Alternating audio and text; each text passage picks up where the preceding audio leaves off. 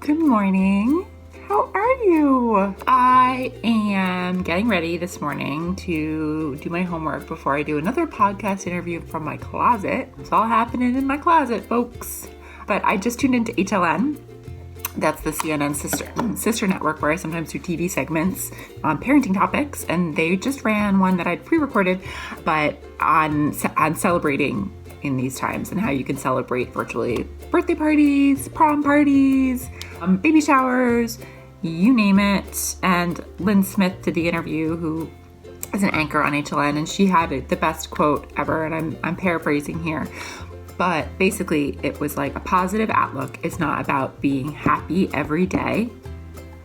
It's about knowing that there are better days ahead, which I love, because sometimes it's hard to be happy. It's impossible to be happy every day, right? But the only thing I'll say about that, not to kick Rim, sometimes I have those moments where I'm like, are there going to be better days ahead?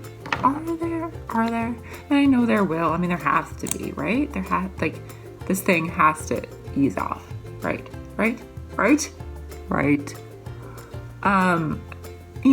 like, but it's not, we just don't know. So many unknowns. So, and there was a song just came up in my Spotify mix. I was listening to the like positive, what was it? The mix on Spotify that's like positive thinking or like mood boosting. And there was one on about better days. And the lyric is like, I know there are going to be better days ahead. And I know, but we don't know, right? That's what I'm trying to grapple with. I know, we do know that there are going to be better days than this. This has to be kind of a rock bottom. We don't know. No, we know, right? We know. Everyone's going to be like, my friends are going to be texting me after watching this. They're like, girl, obviously things are going to get better. I know. But you know what? Look at this. I was an optimist. I am an optimist. I'm a total optimist at heart. And yet somehow pessimism is in and out. Sometimes. And I guess that's okay too, right? That's okay. All right, so I'm gonna have to go and do my homework. I have to walk the dog, pick up Hezzy later, and I'll be talking to you throughout the day. Positive outlook positive. Wah! Hello, I'm gonna show you where I record my podcasts. Guess what? It's just a closet, and I sort of like set up my microphone and my computer on that shelf, and then I sit on the floor. It is all glamour here in Sunnyside, Queens. So I'm throwing together some lunch before I have another meeting. Hope you guys are, coping. I heard, I had a sort of a rough day on Monday. Ooh, toast popped. I heard that a lot of people were in the same boat actually this past Monday, because I guess it was just a Monday and it's sort of hitting everyone at the same time. Just a friendly reminder that we're not in this alone. So even when we hit the hardest of times, I saw friends tweeting just like, yes, I have my health. Yes, I have my family. Yes, I have everything, but it's still really hard. And I think that's important to talk about and keep talking about because it's not going away. It's really, sometimes I feel like it's so dull because it's the same thing. Like we're all just saying the same thing, which is that this is hard. But if we stop talking about it, then it's going to start to try and normalize it. And I think it's important to remind everyone every day that this is not normal. All right, I'm gonna finish this sandwich and hopefully go shopping later today because I am out of toilet paper, using the tissue box's toilet paper.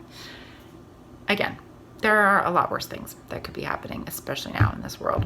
And I'm grateful that I have backup tissues to use toilet paper. Silver lining. How's that for a silver lining? Okay. Ooh, you know what? I'm gonna talk, because I just see in the background here, I want to tell you a little story. Why not? Hey, you're listening to me, or maybe you're not. Whoever is listening to me, listen. Look at this. It's a recipe card from Julia Child. And it says, to Julia C. from Julia C. So my maiden name is Cottrell. So I was Julia C. as a little girl. I went up to Julia Child at a book fair, and I said to her, sign this recipe card, write to Julia C. from Julia C. because we're both Julia C's. She did. So Julia Child listened to my directive. Anyway, so I treasure that, keep it keep it by my stove. I haven't actually made the recipe on the card yet. Maybe I should try that. Maybe that's a really good self-isolation project. Zabaione sauce, a foamy sauce for puddings and warm fruit desserts. Oh, but I feel like I have to make those warm puddings and those fruit desserts. But people are making those.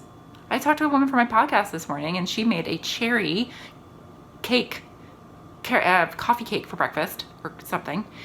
And then this other recipe is mushroom duxelle poultry stuffing. And then I have to make the poultry, but that sounds delicious.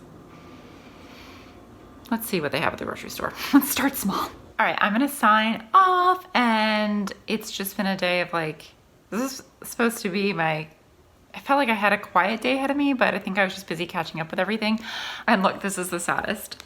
I promise I'm a good owner.